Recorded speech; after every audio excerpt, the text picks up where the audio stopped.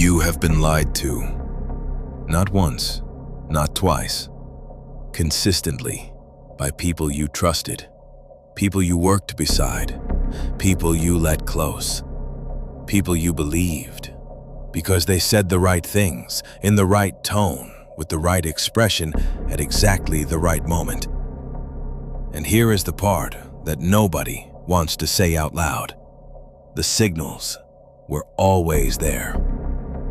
Every single time, the person who let you down, the person who betrayed you, the person who took more than they gave and smiled while they did it, was showing you exactly who they were, long before the moment you found out. You just didn't know what you were looking at. That changes today. Niccolo Machiavelli spent his entire career operating in environments where misreading a single person could cost him his freedom, his reputation, his life. He developed what no one had ever systematically assembled before, a precise psychological framework for reading anyone accurately, quickly, and permanently. 14 tactics, 14 ways of seeing what people desperately try to hide. 14 lenses that once you have them, you cannot turn off.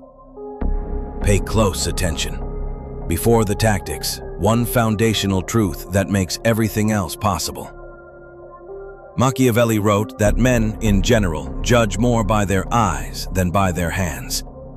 Everyone sees what you appear to be. Few feel what you actually are. What he understood, that almost no one since has stated so cleanly, is that human beings are not primarily rational creatures performing irrational acts. They are primarily emotional creatures performing rational justifications.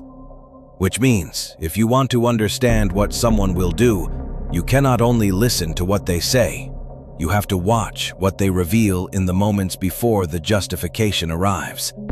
The unguarded moment, the unconsidered reaction, the behavior that happens before the brain catches up and decides what the story should be. These 14 tactics are all pointed at exactly those moments. The cracks in the performance, the gaps in the edit, the truth that slips through before the mask comes back up. Tactic 1. Watch how they enter a room. The first 10 seconds of how someone moves through a door tells you more about them than the next 10 minutes of conversation. Do they scan the room immediately, mapping who is present, who has power, where they should position themselves? Or do they enter looking down, minimizing their footprint, taking up as little space as possible? Do they move toward the most powerful person instinctively, or toward the most isolated?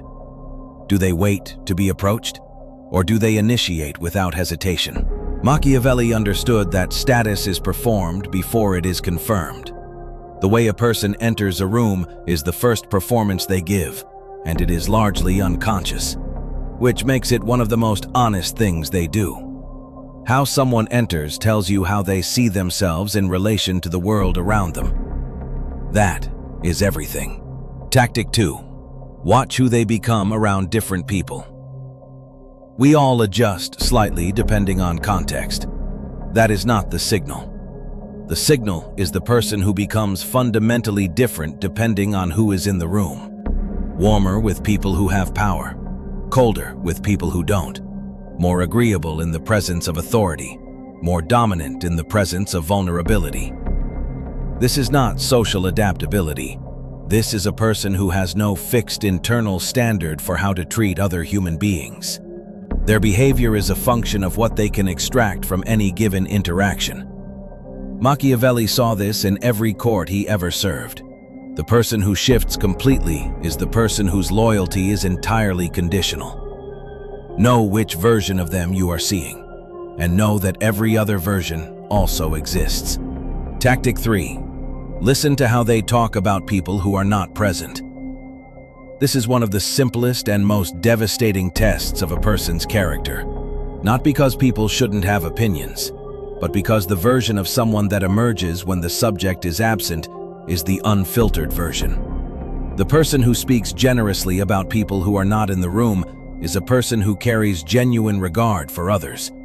The person who consistently finds something to diminish about whoever is not present is showing you exactly what they will say about you the moment you leave. There is also a subtler signal. Watch whether their stories about others always seem to end with themselves looking like the wisest, the most reasonable, the most put upon person in the room. Because the person who is always the hero of every story they tell has quietly edited out every version of events where they were not. That editing does not stop when you become the subject. Tactic 4. Observe what happens to their energy when they talk about their past. People carry their history in their body before they carry it in their words. When someone mentions a chapter of their life, watch what happens to their posture, their pace, the way their energy either opens or tightens. The areas where someone goes quiet, or noticeably vague, or suddenly very general after being specific about everything else, those areas are where the unresolved things live. Machiavelli understood that a person's past is the blueprint of their future, not because people cannot change, but because the patterns formed under pressure in the earliest and most formative moments are the most durable patterns they have. Where someone goes quiet about their own history is exactly where their unresolved wounds are. And unresolved wounds are where the most unpredictable behavior always comes from. Tactic 5. Watch how they behave when they think they've won. Victory strips the performance away. When someone achieves what they wanted, when the deal closes, when the argument is settled, when the threat has passed, the discipline of managing their image temporarily relaxes. And in that relaxation, you see who they actually are. Do they become generous, pulling others into the win? Or do they diminish the people they beat, even after there is no strategic reason to? Do they use the moment to consolidate or to humiliate? Do they acknowledge the luck involved or attribute everything to their own superiority? Machiavelli wrote that the truest measure of a leader was not how they behaved in crisis. It was how they behaved once the crisis was over. Because crisis demands performance. Victory reveals character. Tactic 6. Measure the distance between what they claim to value and how they spend their time. Everyone has a stated value system. Family is everything. Integrity above all else. Loyalty is non-negotiable. And then watch what they actually do with their hours, their energy, their attention when the choice is entirely theirs. Because what a person actually values is never what they announce. It is what they protect when protecting it costs them something. It is what they return to when everything else is demanding their attention.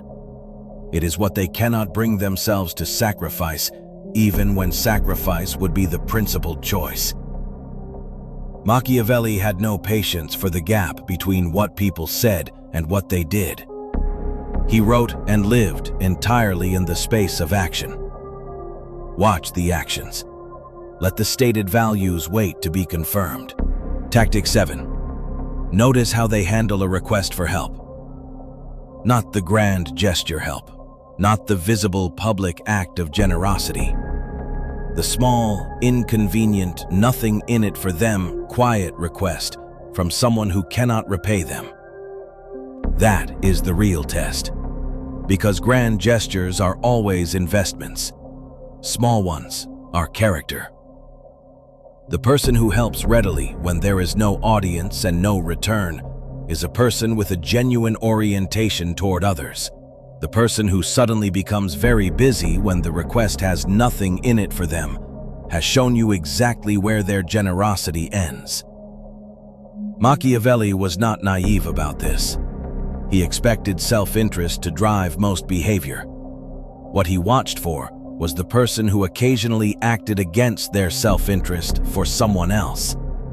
Because that person is the only one you can genuinely trust when trusting you costs them something.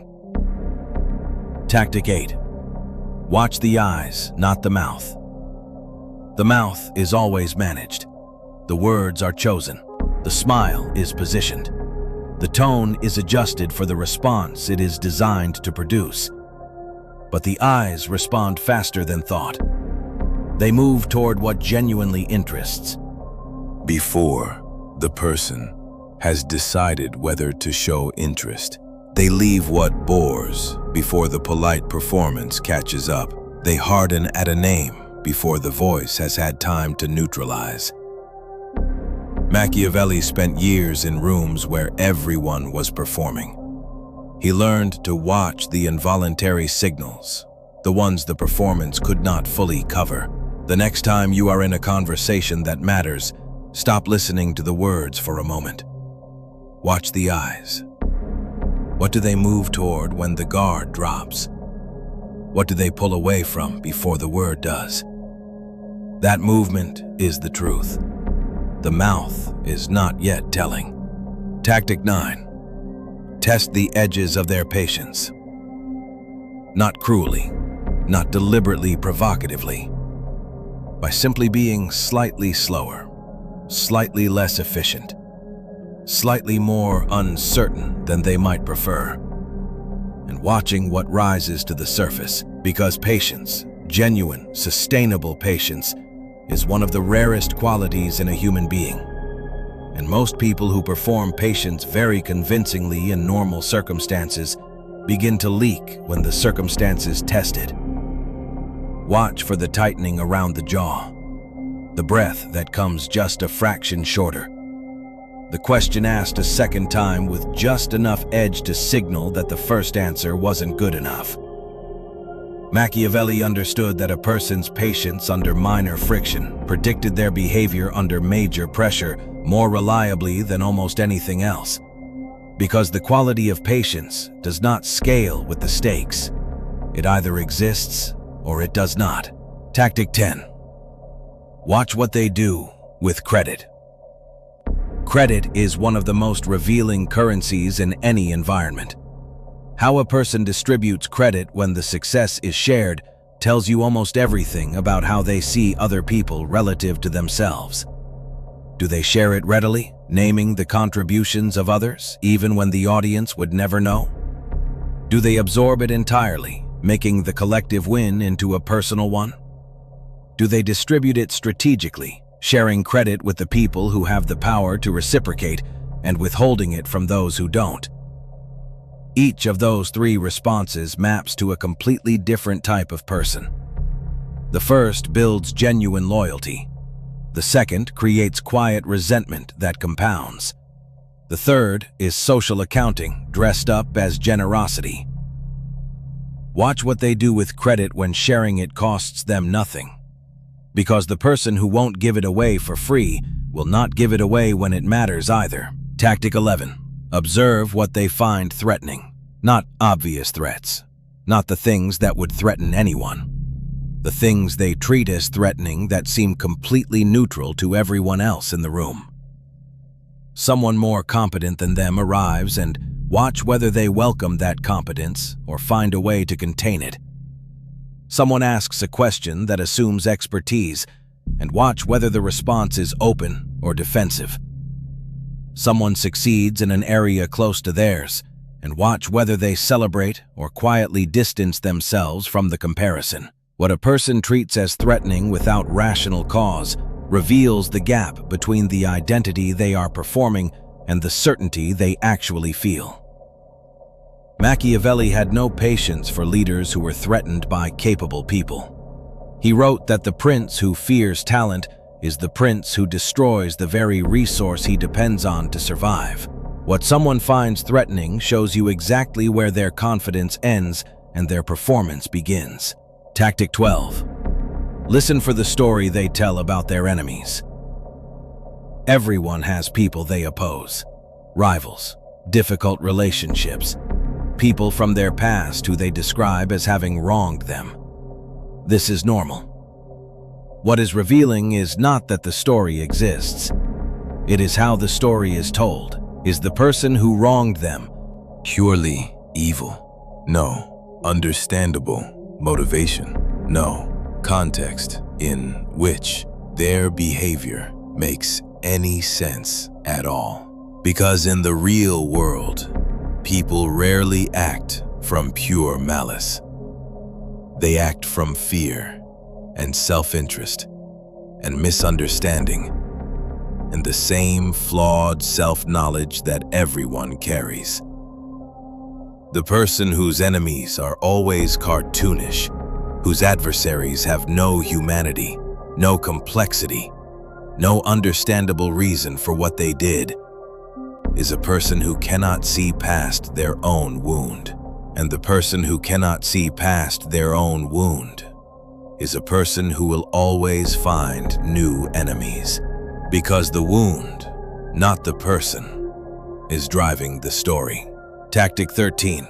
Notice how they respond to being observed. Some people rise when they know they are being watched.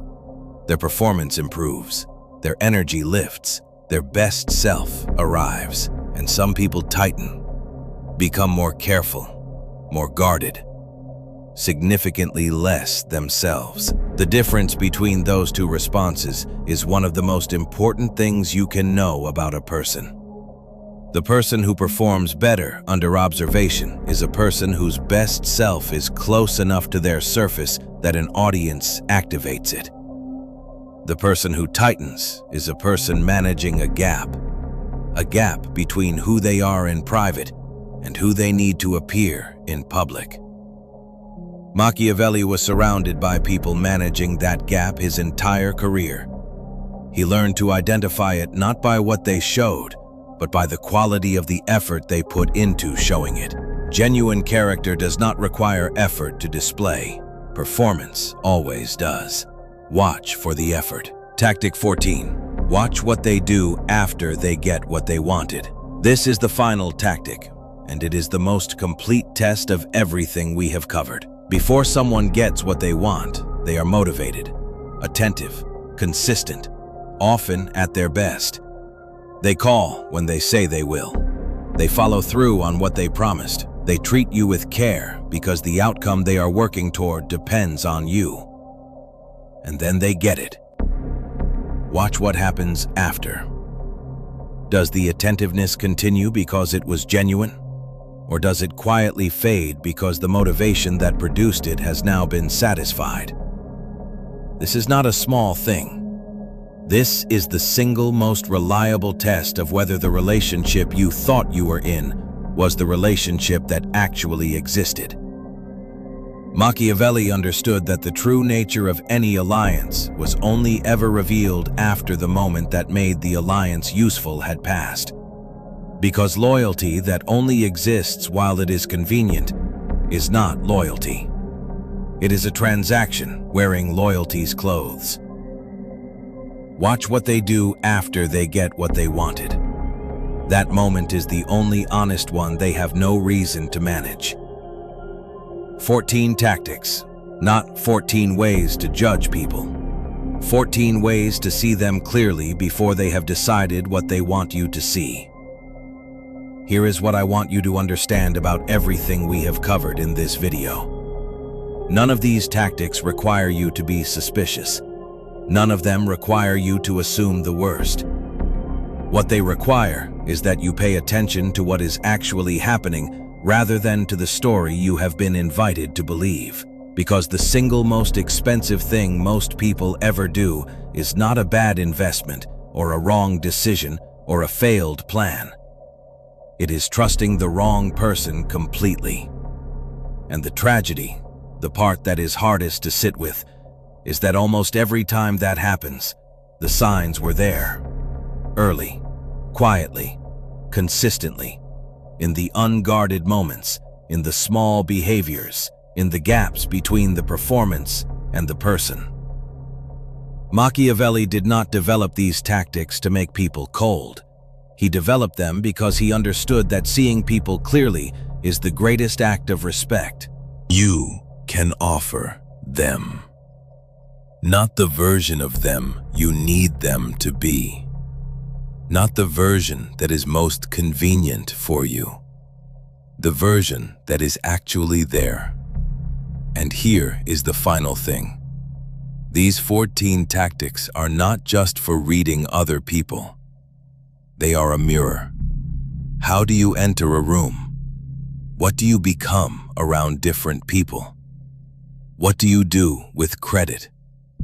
What do you do after you get what you wanted? The person who reads others accurately but refuses to read themselves has only half the skill. The person who turns these lenses inward honestly without flinching and then acts on what they find, that person has the whole thing. If something in this video made you see a person in your life differently or made you see yourself differently, then do 3 things. First, pick one person in your life and observe them through just one of these lenses, not all 14. 1. And notice what you see that you have never noticed before. Second, hit the like button, because this kind of content does not reach the people who need it without the people who valued it telling the algorithm that it matters. If this was worth your attention, help it find someone else who needs it. And third, subscribe and turn on the notification bell, because if the question of how to see people clearly matters to you, this is not the last conversation we are going to have about it. There is more coming, deeper, more specific. And the person who turns on the bell, who shows up before the crowd, is doing exactly what Tactic 1 describes. They are watching what happens when nothing obvious is at stake, because that is where everything important is always found.